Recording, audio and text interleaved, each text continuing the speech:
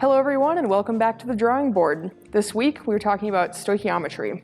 So a really important concept in stoichiometry is something called mole ratio. And this will be really helpful when we're looking at chemical equations and we're trying to figure out what our theoretical yield of that reaction will be. And we'll get to theoretical yield in a little bit after we've fully described what mole ratio is. So let's say we have a reaction where we have little a moles of compound big A, and we're reacting that with little b moles of compound B, and that is reacting to give us little c moles of compound C and little d moles of compound D. Now, the mole ratio for this reaction looks at these stoichiometric coefficients, little a, b, c, and d. So if you wanted to write out the mole ratio for this reaction, you would have little a moles of A to little b moles of B to little c moles of C, and so on for all of the compounds that you have in your chemical equation. Now, the mole ratio only works when your chemical equation is already balanced. And if you want to know how to balance chemical equations, feel free to check out our previous video. We go over that in depth. Another important note, a little word of caution here. Mole ratio does not equal mass ratio. Now, this is because different compounds can have different molar masses, so just because you have 1 mole of something and 1 mole of another thing, that doesn't mean you're going to have the same mass of both compounds. Where are mole ratios useful? Well, this is when we can start talking about something called theoretical yield. So the theoretical yield is the amount of product that you would expect to have when fully reacting all of the available reactants. So if we look back at our previous chemical equation, your theoretical yield is how much of your products you would expect to have based on the amount of reactants that you start with. For an example, let's consider the decomposition of hydrogen peroxide. So hydrogen peroxide is H2O2, and it breaks down to form hydrogen gas and oxygen gas. Now, luckily for us, this is already balanced. We have 2 hydrogens on this side, 2 oxygens on this side, and 2 hydrogens on this side, 2 oxygens on this side as well. So we start by considering our mole ratio, which, because this is already balanced, we want to look at this coefficient. And for all of these, that just so happens to be 1. So if we actually write out our mole ratio, we have 1 mole hydrogen peroxide to 1 mole hydrogen gas to 1 mole of oxygen. This is the first step in determining our theoretical yield. Now, our theoretical yield is going to be in terms of weight, so we need to know the starting mass of hydrogen peroxide to convert that to the number of moles that we have, so that we can then figure out how many moles of our products we will produce. In our previous video, we went over how to find the molar masses of different compounds. So for the sake of this video, I'm not going to go through and explain how to do that. I'm just going to give you the molar masses of these compounds. So the molar mass of hydrogen peroxide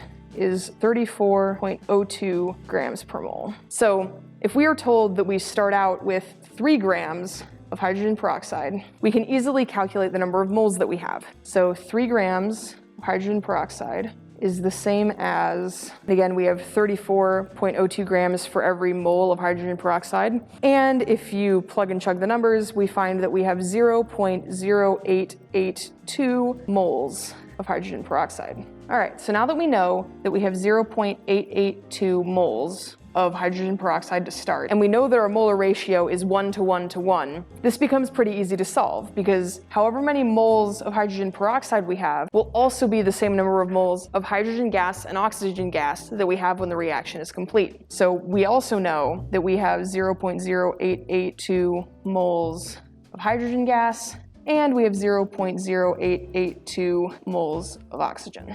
All right, so now that we know the number of moles of our products that we have, we can convert this to a mass, and theoretical yield will always be written in terms of mass. Our 0.0882 moles hydrogen gas will weigh 2.02 grams per mole, which gives us a final mass of hydrogen gas of 0.176 grams. And for our oxygen, our molar mass is 32 grams per every mole, and that gives us a final mass of 2.82 grams of O2. So these two numbers are your theoretical yield for hydrogen and oxygen from the decomposition of hydrogen peroxide.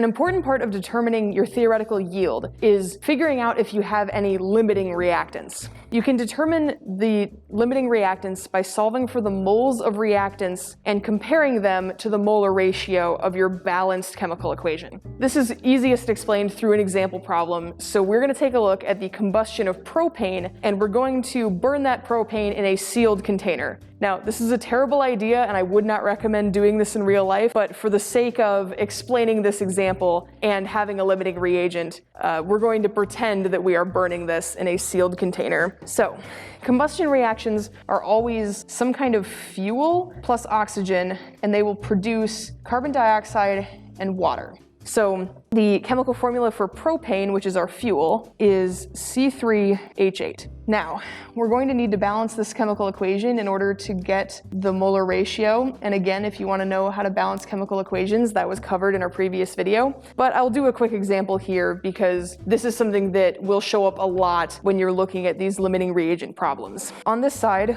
we start out with 3 carbons, 8 hydrogens, 2 oxygens. On this side, we have 1 carbon, 2 hydrogens, and 3 oxygens. Now, whenever dealing with combustion reactions, I like to start by balancing the water because there is only one compound that contains oxygen on the left-hand side of the reaction, and its subscript is a 2, which means the total number of oxygens on this side must always be an even number, because no matter what stoichiometric coefficient oxygen has, the total number of oxygens involved in this chemical reaction will always be an even number. We know that our water must have a stoichiometric coefficient that is even.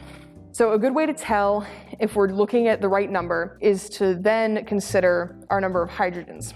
On this side, we have 8 hydrogens, and over here we have 2. So a good place to start is to now put a 4 as the stoichiometric coefficient for our water. This means that we now have 1 carbon on this side, 8 hydrogens, and 4 oxygens. So we're already getting pretty close because we now have the correct number of hydrogens on both sides of our equation. Now, the next place to look is at our carbon, because we only have 1 compound on each side that contains carbon. So as you can see, with this being a 3 and this just being a lone carbon, we want this to be a 3 to match. So now we're at 3 carbons, 8 hydrogens, 10 oxygens. So now that we have 10 oxygens on this side between the 2 compounds, we can finally come over and balance our oxygen on this side by putting a 5 here. So now we have the fully balanced chemical equation. We can go ahead and write the molar ratio for this reaction. So for every 1 mole of propane that we have 5 moles of oxygen, 3 moles of CO2, and 4 moles of water. And this is going to be necessary when we're trying to determine what our limiting reactant is. Now, let's suppose that we are starting out with 23 grams of propane and 12 grams of oxygen. A good place to start is always to convert whatever mass you are given to moles. That way we can use our molar ratio to directly compare them. Just know that mass ratio and mole ratio are not the same thing, so you always need to convert your masses to moles before you try and use your molar ratio.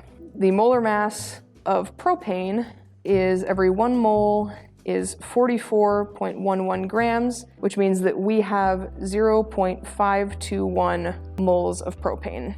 For our oxygen, again, the molar mass is every 1 mole is 32 grams, which means that we have 0.375 moles of oxygen. So now we need to go ahead and compare this to our mole ratio right here, which says that for every 1 mole of propane we need 5 moles of oxygen to complete this reaction. So there are 2 different ways to determine which of the reactants is limiting. You can either divide the number of moles of oxygen by 5 or multiply the numbers of propane by 5 to see which is limiting. And you can think of it this way. For every 0.521 moles of propane that we have, there will be a set number of moles of oxygen that we will need to be able to use up all of those moles of propane. So we can represent that mathematically by saying that for every 0.521 moles of propane, we will need 5 times that many moles of oxygen. Now, if we actually do the math here, this number turns out to be 2.605 moles of O2. Now, this number is quite a bit bigger than the number of moles of oxygen that we have. So that means that oxygen is our limiting reactant because we don't have as much as we would need to completely use up the amount of propane we have. So that's one way to think about it. Another way to think about it is to essentially do the opposite, where you say that 1/5 the number of moles of oxygen that we have, which is 0.375. So we're essentially doing the same exact process in reverse. So this is it just comes down to personal preference, whatever you find easier to think about. So if we do the math here, this quantity comes out to 0.075 moles of propane.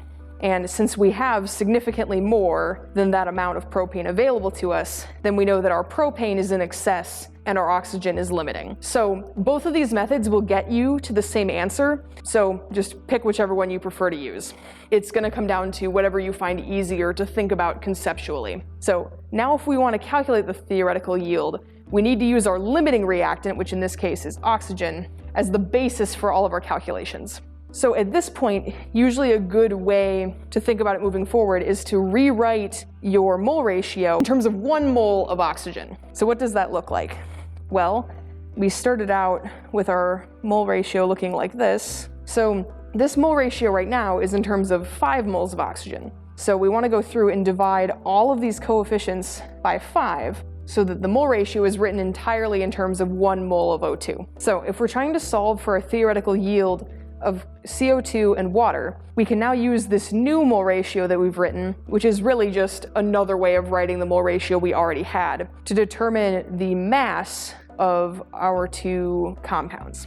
So we know that we have 0.375 moles of oxygen, and this is 3/5 times that number of moles to determine the moles of carbon dioxide we have, and this is 4/5 times that number of moles to determine how much water we have. So if we plug and chug this comes out to 0.225 moles of carbon dioxide and 0.3 moles of water. Now all that's left to do is to convert these moles into masses so that we can finally have our theoretical yield. So for CO2, you just multiply by your molar mass, which is 44.01 grams per mole. And that gives you a theoretical yield of 9.90 grams of carbon dioxide. Same process for water, 0.3 moles of water multiplied by its molar mass of every 1 mole is 18.02 grams, gives us a theoretical yield of 5.41 grams of water. Now, usually, these types of combustion reactions are going to be carried out in the open air, meaning that you'll always have more oxygen than you could possibly need for the reaction to be carried to completion. Now, these problems are a little bit easier to solve because you can skip the step of determining what your limiting reactant is, because you know that your limiting reactant will always be your fuel, whether that's propane or a different hydrocarbon or whatever it is you might be burning. Let's take that same reaction that we've been dealing with and now remove it from that sealed container into a bit of a safer environment, which is you won't have to worry about blowing up the container that you're running the reaction in. Let's assume that we're starting with the same amount of propane as we did last time. And we've already converted that number to moles, so we'll just jump straight to, we have 0.521 moles of propane. So, as I said, we can totally skip figuring out what our limiting reactant is because we have an unlimited amount of oxygen, so this is automatically the basis for our calculation. Now, luckily for us, if we look back at the original setup for our mole ratio, everything is already in terms of 1 mole of propane. So that makes our lives really easy when we're trying to figure out our theoretical yields. Now, in this case, I haven't written down the moles of oxygen because since we know we have more oxygen than we need, we don't need to bother calculating how much oxygen needs to be consumed by this reaction. So, similar setup to before, we now know that we have 0.521 moles of propane, and that is going to translate into 3 times that number of moles of carbon dioxide and 4 times that number of moles of water. So again, when you actually run the numbers, this becomes 1.563 moles of CO2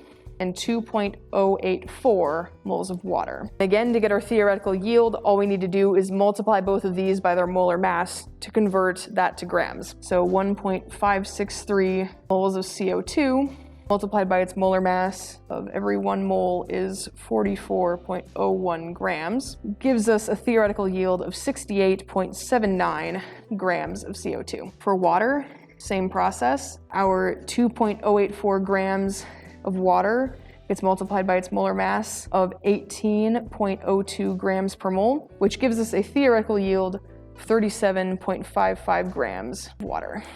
So now that you know how to calculate theoretical yield, which is essentially the amount of product you get if 100% of the reactants that can react do react to form your products, what happens if not all of your products are formed? What if you can't get the reaction to be complete? Well, then you have to worry about something called percent yield. Typically, problems concerning percent yield fall into 2 different categories. Either you are told the percent yield and then have to find the masses of the products that you have, or you are given the masses of products that you have and are asked to find the percent yield.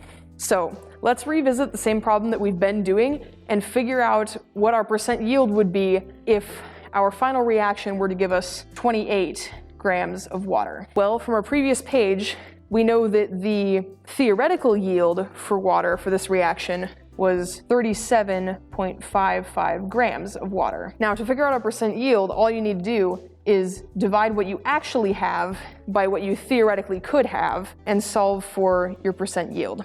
So this comes out to 0.7457 or 74.57%. So this is your percent yield if you ran the reaction and you only produced 28 grams of water. Now, if we had a problem from the other category that percent yield problems tend to come from, let's say you are told that the reaction goes to 59% completion, or that you have a 59% yield. They mean the same thing. Then you would say 0.59 is equal to some number of grams of water that are actually produced divided by our theoretical maximum 37.55 grams of water. And if you solve for x, you find that our final mass of water is 22.15 grams of water. And with that, we've covered all of the stoichiometric topics that are going to come up in general chemistry. Now, there's only so many variations of these problems that you can see, so once you understand the basics, getting the rest is pretty easy.